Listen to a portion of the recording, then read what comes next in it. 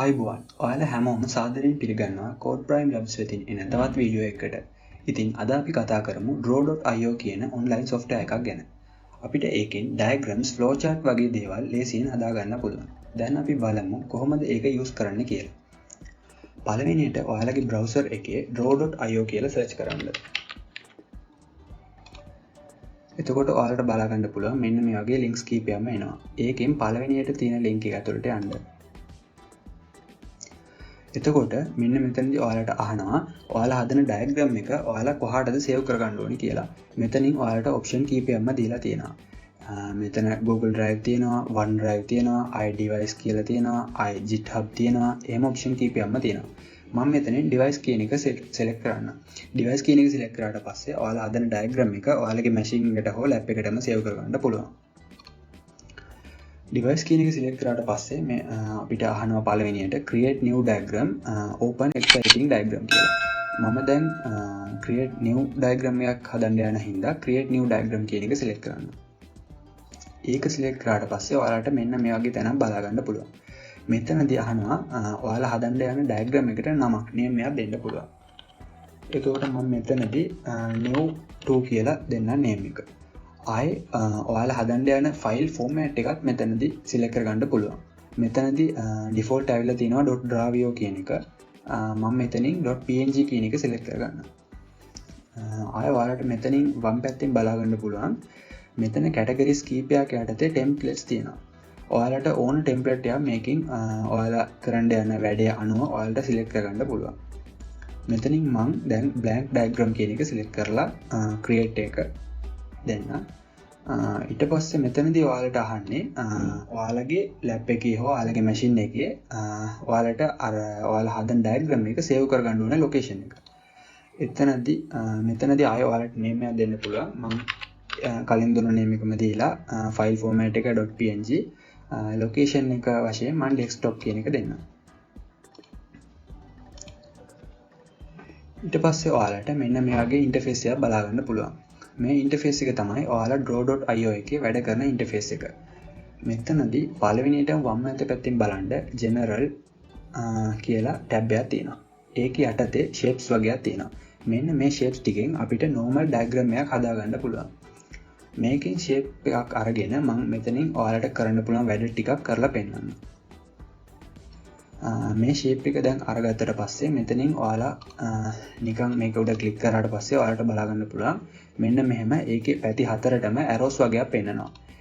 ඒ arrow එකක් click කරාට පස්සේ ඔයාලට මෙන්න මේ වගේ shapes කීපයක්ම පෙන්නනවා. මේකෙන් අහන්නේ ඔයාලට මේ circle එකේ ඉඳලා connection එකක් හදා ගන්න ඕනේ මොන shape එකකටද කියලා. ඒකට මම ආයේ shape එකක්ම circle එකක්ම දෙන්න. circle එකක්ම දුන්නාට පස්සේ මෙන්න මෙහෙම ඔයාලට බලා ගන්න පුළුවන් මෙන්න මෙහෙම එකක් හැදිලා තියෙනවා.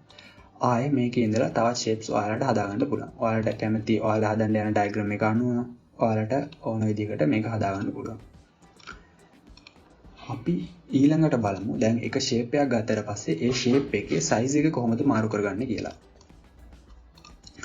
දැන් මේ circle එක ගත්තා නම් මේ circle එක click කරාට පස්සේ ඔයාලට බලා ගන්න පුළුවන් මෙන්න click කරලා එක මුල්ලකට ගෙනියනකොට මෙන්න මේ වගේ arrow එකක් පෙන්නනවා.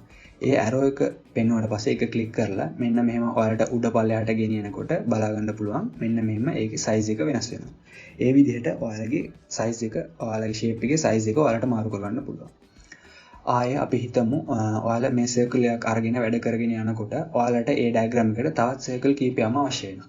එතකොට ඔයාලා මෙන්න මේ මුල තැනට ගිහිල්ලා ආයෙ circle එකක් එතන ඉඳලා click කරලා ගන්න හෝ ඇදලා ගන්න හෝ අවශ්‍යතාවයක් නැහැ. මෙන්න මේ circle එක click කරලා control එක press කරගෙන මේ shape එකේ උඩත් press කරලා මෙන්න මෙහෙම එළියට අදිනකොට ඔයාලට බලා ගන්න පුළුවන් මෙන්න මේ විදිහට ඒකේ copies හැදෙනවා. එන්න ඒ විදිහට අපිට control එක press කරගෙන ඔයාලට ඕන තරම් copies හදා ගන්න පුළුවන්. අපි ඊළඟට බලමු මෙන්න මේ අපි දැන් බැලුවේ general කියන category එක යටතේ. ආයෙ ඔයාලට තවත් ගොඩාක් categories මෙතෙන්දී බලා ගන්න පුළුවන්. මෙතනදී අපි ඔයාලට දැන් flow chart එකක් හදා ගන්න ඕන නම් මෙන්න මෙතන flow chart කියලා එකක් තියෙනවා. ඒක ක්ලික් කරාට පස්සේ මෙතනදී බලා ගන්න පුළුවන් flow chart එකක් අඳින්න අවශ්‍ය වෙන shapes කීපයක් මෙතන තියෙනවා. ඒකෙන් ඔයාලට flow chart එක ලේසියෙන් ඇඳ ගන්න පුළුවන්. ආයේ entity relation කියලා එකක් තියෙනවා. ඒ entry relation කියන එක දෙන එකෙන් ඔයාලට හදාගන්න පුළුවන් ER diagram එකක් ඇඳගන්න පුළුවන්. දැන් අපි ඊළඟට බලමු ඔයාලගේ worksheet එක ගැන කතා කරමු. worksheet එක ගත්තට පස්සේ මෙන්න මෙහෙම ඔයාලා worksheet එක click කරාට පස්සේ මෙන්න මෙතන purple size කියලා එකක් තියෙනවා. එතනින් ඔයාලට කැමති purple size එකක් select කරගන්න පුළුවන්. මෙතන A2, A3, A4 ඒ වගේ paper size කීපයක්ම තියෙනවා. ඔයාලගේ වැඩේ අනුව ඔයාලට ඕන paper size එකක් මෙතනදී select කරගන්න පුළුවන්. ඊට පස්සේ දැන් අපි කියමු දැන් ඔයාලා දැන් diagram එකක් ඇඳගෙන යද්දී ඒ ඔයාලා select කරගත්ත paper size එක මදි වෙනවා. එතකොට අපි දැන් ඔයාලා මෙන්න මේ shape එක දාන්න ඉඩ මදි කියමුකෝ. එතකොට මේ shape එක click කරලා මේ shape එක ඒ sheet එකෙන් එළියට මෙන්න මෙහෙම ඇදගෙන යද්දී ඔයාලට බලා ගන්න පුළුවන් වෙයි ඒ sheet එකම copy වෙලා තවත් sheet එකක් හැදෙනවා.